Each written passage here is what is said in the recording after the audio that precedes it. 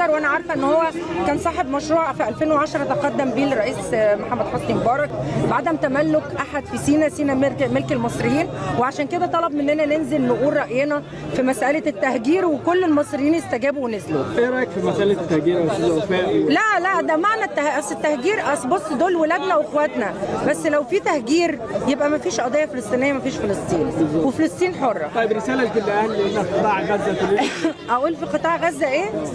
اصبروا وصابروا، القضيه قضيتكم، معنى ان انتم متواجدين، احنا بذلنا من الدم كتير جدا عشان سينا، وانتم كمان ان شاء الله باذن الله هينصركم باذن الله تعالى. الناس اللي بتقول ان هي الانتخابات بتقعد ساعه وساعتين واضيع وقت، حضرتك قعدت كام وصفينا؟ حضرتك ما فيش الكلام ده والله العظيم، الطوابير موجوده، انا بص انا واقفه يعني عمالين يقولوا لي امشي وانصرف عشان الناس تعرف تدخل.